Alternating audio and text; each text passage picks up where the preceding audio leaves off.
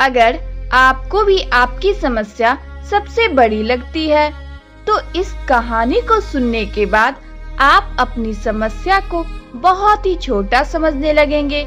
आज की कहानी बहुत ही खास और प्रेरणादायक है, इसलिए इस कहानी को ध्यान पूर्वक जरूर सुनना। इससे पहले आप इस कहानी में खो जाए, प्लीज इस चैनल को लाइक, शेयर एंड सब्सक्राइब कर दे, साथ ही बेल आइकन को प्रेस भी कर दे। एक बार की बात है, एक बहुत प्रसिद्ध और प्रबुद्ध बौद्ध भिक्षु थे जो वर्षों के अधिकांश समय तक बहुत ही दुर्गम और बहुत ऊंचे पहाड़ में रहा करते थे।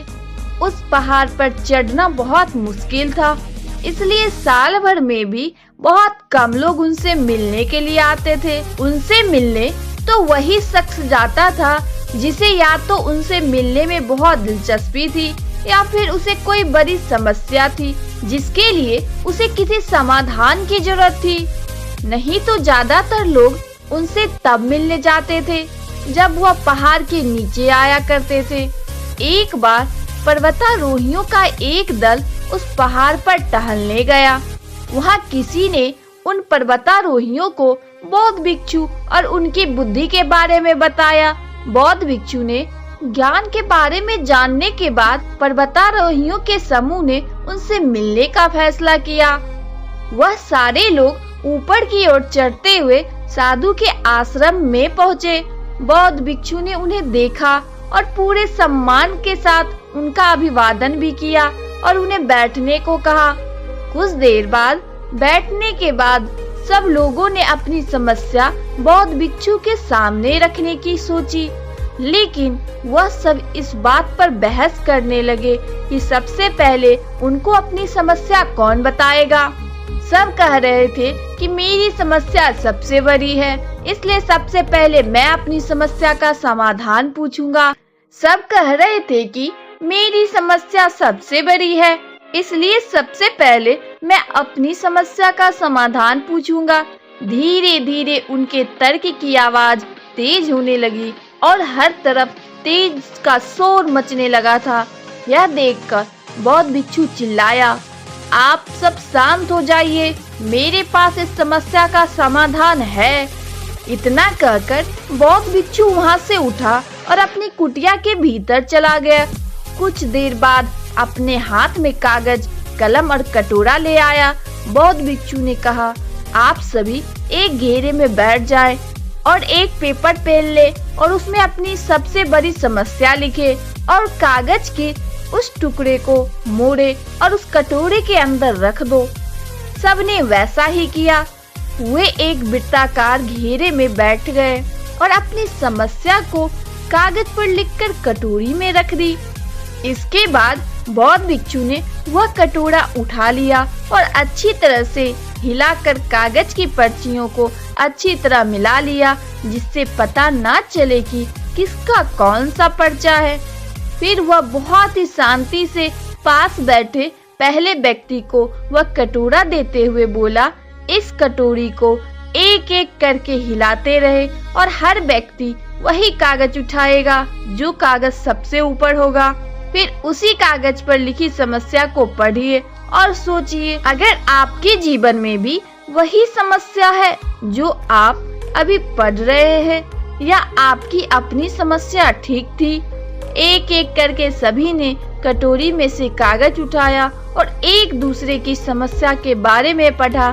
जब सभी को दूसरे की परेशानी का पता चला तो वो डर गए और फिर अंत में सभी इस निष्कर्ष पर पहुँचे कि उनकी समस्या दूसरों की तरह बड़ी नहीं है और कुछ ही समय में उन्होंने अपनी समस्या के साथ एक दूसरे के कागजात लौटा दिए।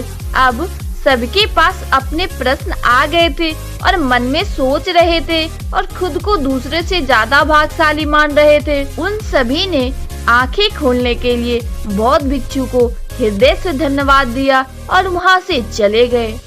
दोस्तों, हम सभी को अपना दर्द बहुत बड़ा लगता है, लेकिन कुछ कहानियां ऐसी होती है जिसे हमें छोटा महसूस कराती है।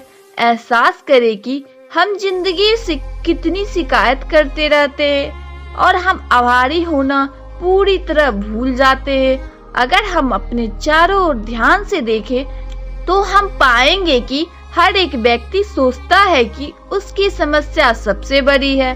सिर्फ वही है जो इतनी सारी समस्याओं का सामना कर रहा है। सिर्फ वही है जो इतनी सारी समस्याओं का सामना कर रहा है। उसकी किस्मत खराब है। लेकिन हम दूसरों की समस्याओं को देखें तो, उन्हें ध्यान से सुने तो हमें अपनी समस्या बहुत छोटी लगने लगेगी। हम खुद को भाग्यशाली समझने लगेंगे। हम अक्सर छोटी समस्या के लिए अपने जीवन और अपनी किस्मत को कोसते रहते हैं। अगर किसी का वजन अधिक है तो उसके लिए यह एक समस्या है। अगर किसी का वजन कम है उसके लिए भी यह एक समस्या है। कोई बेरोजगार है तो दुखी है। अगर किसी के पास नौकरी है तो वो अपनी नौकरी से नाखुश है, और यह केवल इसलिए है क्योंकि हमारे पास जो है हम उसे स्वीकार नहीं करते। हम इसे नकारात्मक दृष्टिकोण से देखते हैं और नीचे की ओर खींचते रहते हैं और उदास रहते हैं। इस दुनिया में कोई भी ऐसा व्यक्ति नहीं है जिसके जीवन में परेशानी ना हो, और ऐसा कोई दिन आने वाला नहीं है जिस पर हमारे जीवन से सारी परेशानियां और कमियां खत्म हो जाएंगी। वह हमारी आखिरी सांस तक हमारे साथ रहेंगे। जरा सोचिए, अगर हमारे जीवन में कोई दुख और परेशानी ना हो तो तब हम सुख की अनुभूति कैसे कर पाएंगे? हम माने या ना माने, समस्या हमारे जीवन का हिस्सा है। उनसे खुद हमें उनका सामना करना होगा, और समस्याओं का सामना करने का पहला नियम है उन्हें दिल से स्वीकार करना, फिर उन्हें हल करने के लिए उचित कदम उठाएं। क्योंकि समस्याओं से बचने का एक ही उपाय है, उनका समाधान किया जाए। अगर आपको बौद्ध भिक्षु कहानी से कुछ सीखने को मिला है, या आपको भी लगता है कि मेरी समस्या दूसरों से बड़ी नहीं है, तो प्लीज कमेंट करके जरूर बताएं। धन्यवाद।